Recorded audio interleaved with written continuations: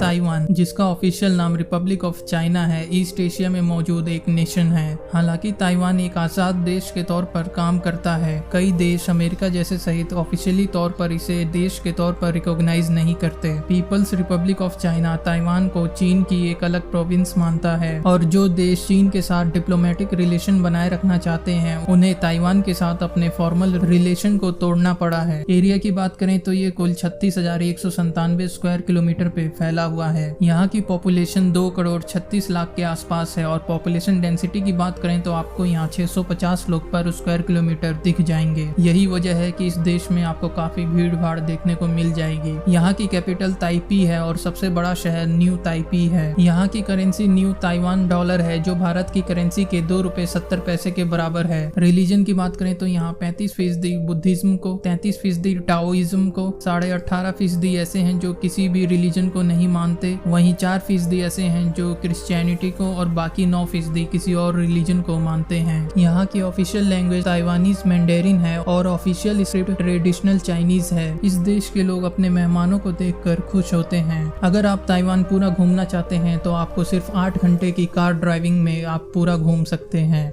Taiwan की लड़कियों को फेयर स्किन पसंद होती है और इसलिए वो हर कीमत पर धूप से दूर रहती हैं। ताइवान के लोग अपने काम पर हर हफ्ते 70 घंटे तक काम करते हैं। ये भी दुनिया का हाई IQ एरिया है। ज्यादातर ताइवानियों को बारिश पसंद नहीं है। अक्सर बारिश होती है, हालांकि थोड़ी सी बारिश में चलना कल्चर में नहीं है, भले ही ये सिर्फ कुछ सेकंड के लिए ही क्यों ना हो। ये आमतौर पर पॉल्यूशन और उनकी स्किन पर एसिड रेन के डर से रिलेटेड है। ताइवानियों के कल्चर में बुजुर्गों को बहुत ही इज्जत दी जाती है। बच्चों को आमतौर पर कम उम्र में मैथ्स और म्यूजिक इंस्ट्रूमेंट सीखने के लिए कहा जाता है। लगभग 1700 के दशक तक डचों ने आइलैंड को कॉलोनी बनाया। गुआंगडोंग और फुजियान प्रोविंस के हान चीनी और हक्का इमिग्रेंट्स ने इसे छोटे से आइलैंड नेशन में रहने के लिए इसे सीधे ताइवान में बनाया। ताइवान में काफी कुछ बड़ी कंपनियां हैं जैसे Acer, Asus, MediaTek, CyberLink, Realtek, STC और D-Link। 18वीं शताब्दी तक स्पेनियों ने भी देश में बसने की कोशिश की, लेकिन ये कोशिश कामयाब नहीं हुआ। ताइवान में बाहर गार्बेज कैंस नहीं होते हैं। गार्बेज के डिब्बे आमतौर पर घर या ऑफिस की जगह के अंदर रखे जाते हैं। गार्बेज ट्रक आने पर ही ये गार्बेज उसमें फेंक दिया जाता है। ताइवान में हाल ही में इकोनॉमिक सुधार हुआ है जिसमें एक टाइम पीरियड था जिसने इसके सिटीजन्स को मिडिल और अपर क्लास तक पहुंचाया। यहाँ की GDP 759 बिलियन $, है और पर कैपिटा 32,123 $। है। सेकेंड वर्ल्ड वॉर के बाद ताइवान में बहुत इकोनॉमिक ग्रोथ और इंडस्ट्रियलाइजेशन हुआ था। ये अपनी इकोनॉमिक स्ट्रेंथ के लिए जाना जाने लगा। इसका SDI स्कोर 0.916 है, जिसका मतलब ये रहने के लिए वन ऑफ द बेस्ट जगह है। खुशहाल देश की लिस्ट में ये 35वें नंबर पे आता है। यहाँ की लिटरेसी रेट 98.87% है। ताइवान को face mask capital of Asia भी कहा जाता है क्योंकि यहाँ के लोग अपने फेस को सन के डायरेक्ट कांटेक्ट में नहीं आने देते, इसलिए ढके रहते हैं। यहाँ के लोग किसी भी काम को नहीं करने के लिए डायरेक्ट नो नहीं बोलते, बल्कि इसके लिए शायद या हो सकता है वगैरह का इस्तेमाल करते हैं। इस देश में 7-Eleven रेस्टोरेंट बहुत ही फेमस है। 4 नंबर अनलकी माना जाता है, इसलिए यहाँ की कोई हॉस्पिटल या कोई ऑफिशियल बिल्डिंग में आपको 4 नंबर या 4 नंबर की सीरीज नहीं मिलेगा। तो ये थे कुछ फैक्ट्स इस देश के बारे में। अगर आपको ये वीडियो पसंद नहीं आया तो डिसलाइक करें, पसंद आया तो लाइक करें और सब्सक्राइब करके बेल आइकन के ऑल नोटिफिकेशन को ऑन कर दें ताकि जब भी कोई न्यू वीडियो अपलोड हो तो आपको नोटिफिकेशन मिल सके। थैंक्स।